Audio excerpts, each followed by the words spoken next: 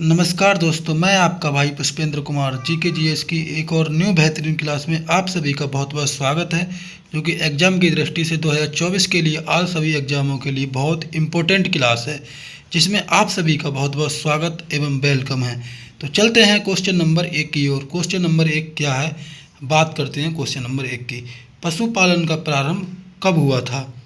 तो पहले हमने इतिहास के क्वेश्चन उठाए हैं, उसके बाद संविधान से या पॉलिटी से जैसे भी क्वेश्चन उठाए हम साथ साथ बताते रहेंगे आपको। तो चलते हैं क्वेश्चन नंबर 1 की ओर।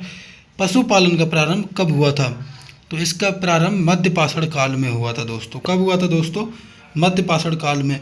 अब बात करते हैं अगले क्वेश्चन की। दूसरा क्वेश्चन क्या है, भारतीय उपमहाद्वीप में कृषि के प्राचीनतम साक्ष्य कहाँ से प्राप्त होते हैं? तो दोस्तों आपको पता होगा, भारतीय उपमहाद्वीप में कृषि के प्राचीनतम साक्ष्य कहाँ से प्राप्त होते हैं? तो आपको पता होगा लहुरा देव से प्राप्त होते हैं। आपको पता होगा कहाँ से प्राप्त होते हैं? लहुरा देव से प्राप्त होते हैं। कहाँ से? लहुरा देव से। चलते हैं क्वेश्चन नंबर 3 की ओर। मानव कंकाल के साथ कुत्ते का कंकाल कहाँ से प्राप्त हुआ होता है? मानव कंकाल के साथ कुत्ते का कंकाल कहाँ से प्राप्त होता है? तो आपको पता होगा कि बुर्जहोम, जो कहाँ पर स्थित है? जम्मू कश्मीर में। बुर्जहोम एक जगह का नाम है जो कि जम्मू कश्मीर में पड़ती है। तो ये बुर्जहोम है, वहाँ से मानव कंकाल के साथ कुत्ते के कंकाल का भी मतलब साक्ष्य मिलते हैं वहाँ से। ध्यान रहे दोस्तों, ठीक है। तो चलते हैं क्वेश्चन नंबर अगले की ओर। जुते हुए खेत के साक्ष्य कहाँ से प्राप्त हुए? जुते हुए खेत के साक्ष्य कहाँ से प्राप्त हुए?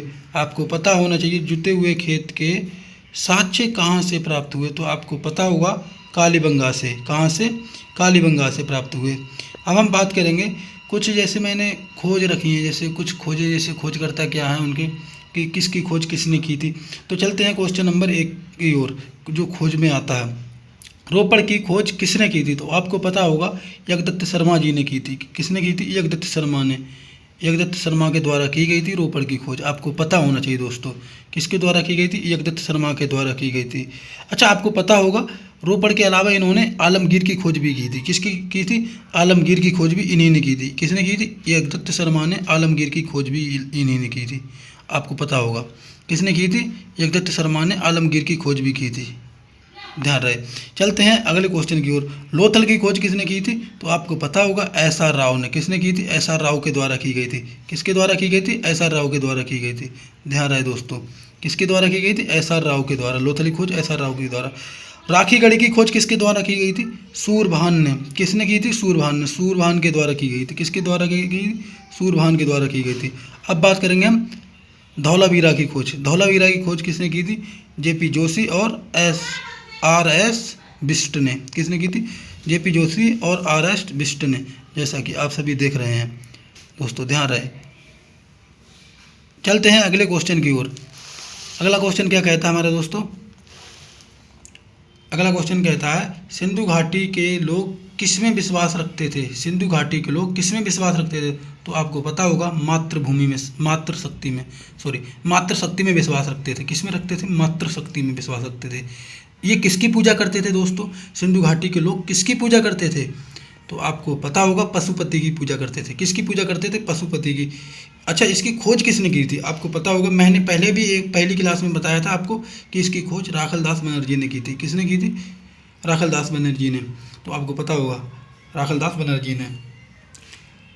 और एक चीज़ और, एक क्वेश्चन और पूछता हूँ, हड़प्पा की खोज किसने की थी? तो आपको पता होगा हड़प्पा की खोज, मैंने ये पहली क्लास में बताए थे सारे क्वेश्चन आपको। हड़प्पा की खोज दयाराम साहनी जी ने की थी। किसने की थी? हड़प्पा की खोज दयाराम साहनी ने की थी। आपको पता होना चाहिए। चलते हैं क्वेश्चन नंबर नेक्स्ट की ओर। मानव ने सर्वप्रथम किस धातु का प्रयोग किया? मानव ने सर्वप्रथम किस धातु का प्रयोग किया? तो आपको पता होगा तांबा धातु का प्रयोग किया। कौन सी धातु का? तांबा धातु का प्रयोग मानव ने सर्वप्रथम किया था। किसका किया था? तांबा धातु का मानव ने सर्वप्रथम प्रयोग किया था। किसका किया था? तांबा धातु का मानव ने सर्वप्रथम प्रयोग किया था दोस्तों। अच्छा, एक क्वेश्चन और है, ऋग्वेद में कितने सूक्त हैं तथा कितने मंत्र हैं? आपको पता होना चाहिए ऋग्वेद में कितने सूक्त हैं तथा कितने मंत्र हैं। तो आपको पता होगा 1028 सूक्त हैं तथा 10,552 मंत्र हैं। कितने सूक्त हैं और कितने मंत्र हैं? तो आपको पता होगा 1028 सूक्त तथा 10,552 मंत्र हैं इसमें। अगर आपको नहीं पता है तो ये आप नोट कर लें इसको, ये वेरी वेरी इंपॉर्टेंट क्वेश्चन है, यूपी पुलिस में भी आ सकता है, यूपीएसआई में भी आ सकता है दोस्तों, आपको पता होना चाहिए। तो आप इसको नोट कर लें आने वाले एग्जाम में, तो आप इसको नोट करके चलें। चलते हैं अगले क्वेश्चन की ओर। गौतम बुद्ध के बचपन का नाम क्या था दोस्तों? गौतम बुद्ध के बचपन का नाम क्या था दोस्तों? तो आपको पता होगा सिद्धार्थ, गौतम बुद्ध के सिद्धार्थ नाम था। गौतम बुद्ध के बचपन का नाम सिद्धार्थ था। क्या नाम था? सिद्धार्थ। इनके गुरु का क्या नाम था गौतम बुद्ध के? इनके गुरु का क्या नाम था दोस्तों? तो आपको पता होगा अलार कलाम सांख्य दर्शन थे। कौन थे? अलार कलाम सांख्य दर्शन इनके गुरु थे। अच्छा, गौतम बुद्ध जी ने सर्वाधिक उपदेश कहाँ दिए थे? सर्वाधिक उपदेश कहाँ दिए थे? तो आपको पता होगा सर्वाधिक उपदेश इन्होंने श्रावस्ती में दिए थे। कहाँ पर दिए थे?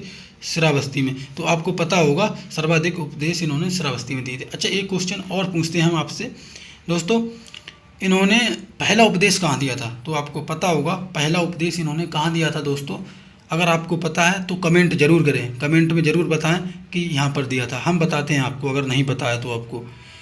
इन्होंने पहला उपदेश सारनाथ में दिया था। कहाँ पर दिया था दोस्तों? सारनाथ में दिया था, जो कि क्वेश्चन मैंने पहली क्लास में बताया था, आपको याद रहे आपको। अगर आपने पहली क्लास नहीं देखी है तो पहली क्लास देख लें, दूसरी भी देख लें, तीसरी भी देख लें, और ये चौथी क्लास है, ध्यान रहे दोस्तों।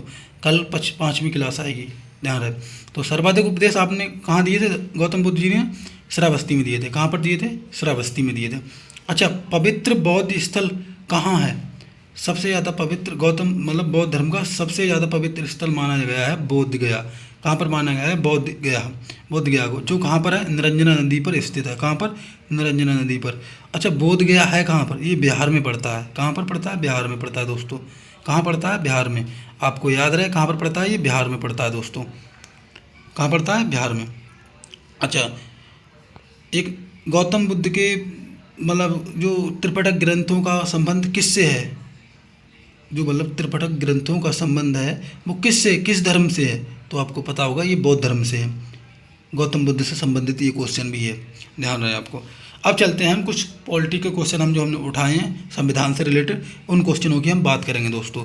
तो चलते हैं अगले क्वेश्चन की ओर। अगला क्वेश्चन क्या कहता है दोस्तों? राजनीति एवं भारतीय संविधान पॉलिटी 2024 के लिए बहुत ज़्यादा इंपॉर्टेंट क्वेश्चन लेके आया हूँ। इंपॉर्टेंट क्वेश्चन लेके आता हूँ दोस्तों। अगर आपने अभी कुछ नहीं किया ना तो भविष्य में भी कुछ नहीं कर पाएंगे, इसलिए क्लास को पूरा ज़रूर वॉच करें, अधूरा क्लास को ना छोड़ें दोस्तों। याद रहे, अगर आप अभी से इधर उधर की चीज़ों पर ध्यान देंगे तो आप अपनी लाइफ में कभी कुछ नहीं कर सकते दोस्तों। इसलिए मेरे साथ ज़रूर अंत तक बने रहें। आपको संघर्ष ही आदमी को महान बनाता है, ये चीज़ आप याद रखें। जब तक संघर्ष नहीं करेंगे जब तक लोहा आग में नहीं तपता है ना, तब तक वो कामयाब नहीं होता, समझ गए। जब तक आप लोहा की तरह नहीं तपेंगे ना, तब तक कामयाब नहीं होंगे। तो याद रहे, लोहा पे तपने के बाद ही निखार आता है, लोहा पे आग में तपने के बाद ही निखार आता है, याद रहे दोस्तों। चलते हैं अगले क्वेश्चन की ओर। किस एक्ट द्वारा बंगाल के गवर्नर जनरल को भारत का गवर्नर जनरल बनाया गया था? भारत का गवर्नर जनरल बनाया गया था। आपको पता होना चाहिए किस एक्ट के द्वारा बंगाल के गवर्नर जनरल को भारत का गवर्नर जनरल बनाया गया था। तो आपको पता होगा 1833 के चार्टर एक्ट के द्वारा भारत का गवर्नर जनरल बनाया गया था। ये कहाँ का गवर्नर जनरल था? भारत का। कहाँ का? भारत का। और ये गवर्नर जनरल का नाम क्या था दोस्तों? तो आपको पता होगा लॉर्ड कैनिंग। क्या नाम था? Lord Canning. कौन था? कैनिंग, ठीक है, ध्यान रहे आपको। किस नाम से? कैनिंग नाम से भी हम जानते हैं इसको। अच्छा, एक क्वेश्चन और है, नए राज्य के गठन की शक्ति कहाँ निहित है? नए राज्य के गठन की शक्ति कहाँ निहित है? तो आपको पता होगा संसद में निहित है। कहाँ निहित है? संसद में निहित है। कहाँ पर निहित है दोस्तों? संसद में निहित है। चलते हैं अगले क्वेश्चन की ओर दोस्तों।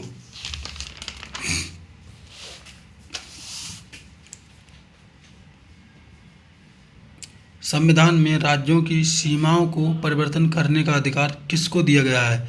संविधान में राज्यों की सीमाओं को परिवर्तन करने का अधिकार किसको दिया गया? तो आपको पता होना चाहिए भारतीय संसद को है इसका अधिकार। किसको है दोस्तों? भारतीय संसद को इसका अधिकार है। अच्छा, भारतीय संविधान के मूल पाठ में कितने भाग हैं? आपको पता होना चाहिए मूल पाठ में कितने भाग हैं दोस्तों? 22 पाठ हैं। 22 भाग हैं, सॉरी कितने भाग हैं, 22 भाग हैं, आपको याद रहे। अनुच्छेद कितने हैं मूल भाग में, 395। अनुसूचियाँ कितनी थी मूल भाग में, आपको पता होना चाहिए, 8 अनुसूचियाँ थी। कितनी अनुसूचियाँ थी, 8, जैसा कि आप देख पा रहे हैं। हम बात करते हैं वर्तमान में। वर्तमान में कितने भाग हैं और कितनी अनुसूचियाँ हैं तथा कितने अनुच्छेद हैं, इसकी बात भी करेंगे अभी की अभी। वर्तमान में अनुसूचियाँ 12 हैं दोस्तों। कितनी हैं, 12 अनुसूचियाँ हैं, भाग 25 हैं, अनुच्छेद 470 हैं। कितने अनुच्छेद हैं, 470 अनुच्छेद हैं वर्तमान में, आपको याद रहे। वेरी वेरी इंपॉर्टेंट क्वेश्चन है ये दोस्तों, आप इनको नोट कर लें, राइट डाउन जरूर करते चलें दोस्तों। भारत में सर्वप्रथम लोक सेवा आयोग की स्थापना कब हुई थी, कब हुई थी, याद रहे आपको दोस्तों, 1 अक्टूबर 1926 को। 1 अक्टूबर 1926 को कब हुई थी, 1 अक्टूबर 1926 को। अच्छा, इसके अध्यक्ष कौन थे उस टाइम पर, जब पहली बार लोक सेवा आयोग की आयोजना मतलब आयोग की स्थापना कब की गई, तो उसके अध्यक्ष कौन बनाए गए थे। प्रथम अध्यक्ष सर राकेश बारकर थे। कौन थे, सर राकेश बारकर। अच्छा, भारतीय सिविल सेवा में चुने जाने वाले पहले भारतीय कौन थे, भारतीय सिविल सेवा में चुने जाने वाले पहले भारतीय कौन थे, आपको पता होना चाहिए दोस्तों, सत्येंद्र नाथ टैगोर थे। कौन थे, सत्येंद्र नाथ टैगोर। अच्छा, ये कब चुने गए, 1864 में। कब चुने गए, 1864 में दोस्तों, आपको याद रहे। भारत में प्रशासनिक सेवा का जनक किसे कहा जाता है, किसे माना जाता है, आपको पता होगा, भारत में प्रशासनिक सेवा का जनक लॉर्ड कॉर्नवालिस को माना जाता है। किसको माना जाता है, लॉर्ड कॉर्नवालिस को। किसको माना जाता है, लॉर्ड कॉर्नवालिस को। किसको, लॉर्ड कॉर्नवालिस को। दोस्तों चलते हैं अगले क्वेश्चन की ओर। अब क्वेश्चन आने वाली है इकोनॉमिक्स के, किसके, इकोनॉमिक्स के दोस्तों। चलते हैं, भारतीय अर्थव्यवस्था, इकोनॉमिक्स की बात करेंगे हम, किसके, अर्थव्यवस्था की बात करेंगे। उत्पादन, क्वेश्चन नंबर 1 की बात करते हैं। उत्पादन के आधार पर अर्थव्यवस्था कितने प्रकार की होती है, उत्पादन के आधार पर अर्थव्यवस्था कितने प्रकार की होती है दोस्तों। उत्पादन के आधार पर अर्थव्यवस्था 3 प्रकार की होती है। कितने प्रकार की होती है, 3 प्रकार की होती है। कितने प्रकार की होती है दोस्तों, 3 प्रकार की होती है। कितने प्रकार की, 3 प्रकार की। पहली पूंजीवादी अर्थव्यवस्था, दूसरी राज्य अर्थव्यवस्था, तीसरी मिश्रित अर्थव्यवस्था। पहली क्या है, पूंजीवादी अर्थव्यवस्था, दूसरी क्या है, राज्य अर्थव्यवस्था, तीसरी क्या है, मिश्रित अर्थव्यवस्था। दोस्तों आप थोड़ा थोड़ा मन में दोहराते रहेंगे ना, थोड़ा थोड़ा बोल के क्लास को लेंगे ना, तो आपको शायद क्लास के साथ ही याद हो जाएगा आपको। बाकी थोड़ा आप एक बार रिवाइज कर लेंगे तो बेहतरीन याद हो जाएगा। ध्यान रहे दोस्तों, आपके दिमाग में एकदम फिट होकर बैठ जाएगा संतुष्टि के साथ। चलते हैं अगले क्वेश्चन की ओर। मिश्रित अर्थव्यवस्था की धारणा को प्रतिपादित करने का श्रेय किसको दिया जाता है, किसको जाता है, आपको ये याद रहे, जॉन मेनार्ड कीन्स को। किसको, जॉन मेनार्ड कीन्स को। किसको, जॉन मेनार्ड कीन्स को, जॉन मेनार्ड कीन्स को। क्वेश्चन नंबर 3 की ओर चलते हैं। क्वेश्चन नंबर 3 क्या कहता है, अब हम बात करते हैं, कुछ हमने कृषि से संबंधित क्रांतियाँ ली हैं। कौन ली हैं, क्रांतियाँ, और उनके उत्पादन क्षेत्र भी लिए हैं। कृषि से संबंधित कुछ क्रांति हैं और उनके उत्पादन क्षेत्र हैं। हम बात करते हैं कृषि संबंधी क्रांतियों की। पहली क्रांति क्या है, चलते हैं, कृषि क्रांति और उत्पादन क्षेत्र। पहली क्रांति, हरित क्रांति का संबंध किससे है, हरित क्रांति का संबंध किससे है, खाद्य उत्पादन से। किससे, खाद्यान्न उत्पादन से या खाद्य उत्पादन से। ध्यान रहे दोस्तों, हम बात करते हैं खाद्यान्न से। दूसरी क्या है, श्वेत क्रांति। श्वेत क्रांति का संबंध किससे है, दुग्ध उत्पादन से। किससे, दुग्ध उत्पादन से। ध्यान रहे दोस्तों, नीली क्रांति का संबंध किससे है दोस्तों, मत्स्य उत्पादन से। किससे, मत्स्य उत्पादन से, मछली यानी मत्स्य से। ठीक है दोस्तों, नीली क्रांति का संबंध किससे है, मत्स्य उत्पादन से। पीली क्रांति का संबंध किससे है, तिलहन उत्पादन से। चलते हैं दोस्तों रजत क्रांति की ओर। रजत क्रांति का संबंध किससे है, अंडा और मुर्गी पालन से। किससे, अंडा और मुर्गी पालन से। लाल क्रांति का संबंध किससे, मांस एवं टमाटर उत्पादन से। किससे, मांस एवं टमाटर उत्पादन से। चलते हैं अगली क्रांति की ओर। गुलाबी क्रांति का संबंध किससे, प्याज एवं झींगा उत्पादन से। झींगा यानी सूखी मछली से। प्याज एवं झींगा उत्पादन से। कौन सी क्रांति का संबंध है, गुलाबी यानी पिंक क्रांति। किसका, पिंक यानी गुलाबी क्रांति। याद रहे दोस्तों आपको, ये सारे क्वेश्चन आपको एक बार रिवाइज कर लेने हैं। सारे के सारे क्वेश्चन एक ही बार में आपको याद हो जाएंगे। अगर आप पूरी क्लास देखेंगे तो आपको एक ही बार में सारे क्वेश्चन आपको याद हो जाएंगे। मन ही मन में दोहराते रहेंगे क्वेश्चन को और साथ साथ नोट भी करते रहेंगे दोस्तों। अगर आपको हमारी वीडियो अच्छी लगी हो तो आप चैनल को सब्सक्राइब कर लें, ताकि आने वाली वीडियो आपको सबसे पहले मिले, और नोटिफिकेशन को ज़रूर ऑन कर लें। बेल आइकन को जब तक प्रेस नहीं करेंगे तब तक हमारी वीडियो आपके पास तक नहीं पहुंच पाएगी। आप अगर हमारे वीडियो को अच्छा समझते हैं तो आप चैनल को सब्सक्राइब कर लें। अगर वीडियो अच्छी लगी हो तो लाइक भी कर दें दोस्तों। ध्यान रहे। नमस्कार, धन्यवाद।